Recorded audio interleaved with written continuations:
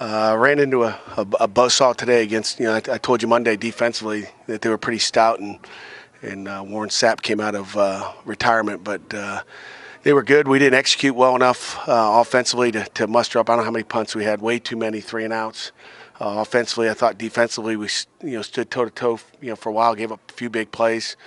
In the first half gave up a return for a touchdown on some questionable stuff there, but and then the second half, either they wore us down or we did a poor job of coaching them. So, I just told the guys, hey, this one's over with, and we got a big one to play next weekend. We get to play next week, and I give Miami credit. They came ready to play on Senior Day. It's not easy when you go on the road, and that's a good football team. Questions? It was a factor of you guys being so focused all year long on winning that Coastal.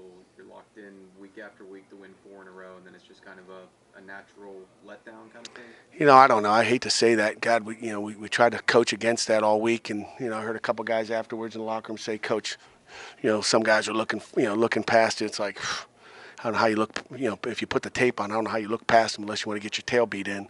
I hope that's the reason. If you're going to take it, you'd rather that be the reason than we just flat out didn't execute. But, weren't disciplined in the first half, 7 penalties to 0. Some stuff that we got to clean up. And it's the same thing we did last week. I thought we'd come out and clean it up in the second half. And, we start off in the first series, had 2 more penalties offensively. And, it's tough to get a drive going with that. Did you feel like the loss of Jimmy at center played a big impact, or would this been a tough matchup? I'll have to watch the tape before I see that. I could tell you prior to the game. I can tell you, last Saturday, after the game, that was going to be a big loss. So anytime you lose your starting center that's started 23 or 24 games straight, whatever it is, it's an impact. And, a lot of things change. So it's not easy when that happens. I mean, that's the quarterback of your O-line. He gets everything going. So we'll look at the tape and see how Connor did. I don't think he played bad, but I just think they got some guys up front. They're a pretty good football team. It took a few weeks in the season for your line to really get things going. With shuffling the guys around, is it a thing where it might take a few weeks to get these guys? Well, I hope it doesn't take a few weeks. We don't have a few weeks. We got 1 week.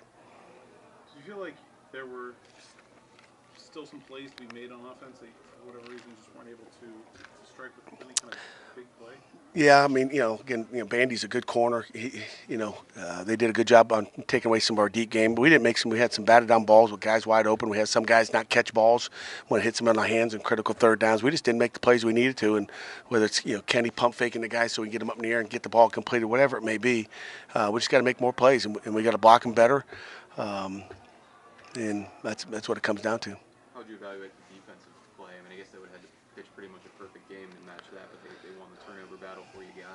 Yeah, they had 2 big hits and got 2 turnovers. We're +1 in the turnover ratio. I thought they played solid in the first half, and we give up 3 points. And then the second half, we give up a couple big plays. One on a T screen that we worked all week on. They didn't run one in the first half, so we said they're coming back in the second half.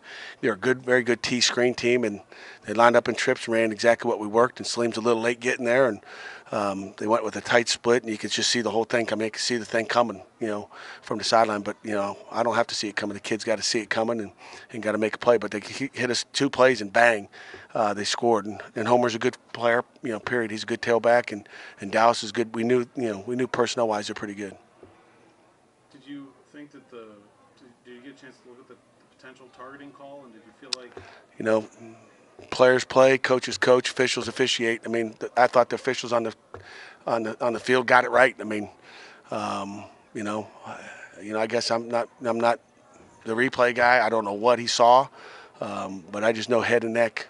So I guess you have to ask the ACC about that. Did you think he waived a fair catch? I thought he had a fair catch too, but that's just a dumb old coach. What's your biggest concern moving forward against Clemson? That they're, the number 2 team in the country, and they're really, really good. And they're as good as what we saw out there today, that we got to come ready to play. As coaches, we got to have a better game plan and get, we got a week to get going. We get to go play in the biggest game in these kids, our players, that locker room's history. They got a chance to go play in the big show, and it's going to be a big game on a big stage against a good football team. Obviously, I don't think you want them to punt 12 times. Was it nice to see Kirk kind of have a big game? Yeah, Kirk's outstanding. I mean, I don't want to punt that many times, but he was outstanding. He keeps getting better and better. He's a weapon. better game plan for next week. And at least offensively, did you feel like you got away from what you came in wanting to do, or was it just a matter of Miami making you? Not really. You just didn't have enough plays to get things going. You went 3 and out. You could never set anything up. You never got in a rhythm of it's 3 and out, 3 and out, 3 and out, and it's hard to set up a plan when you just go 3 and out. You're not making any plays.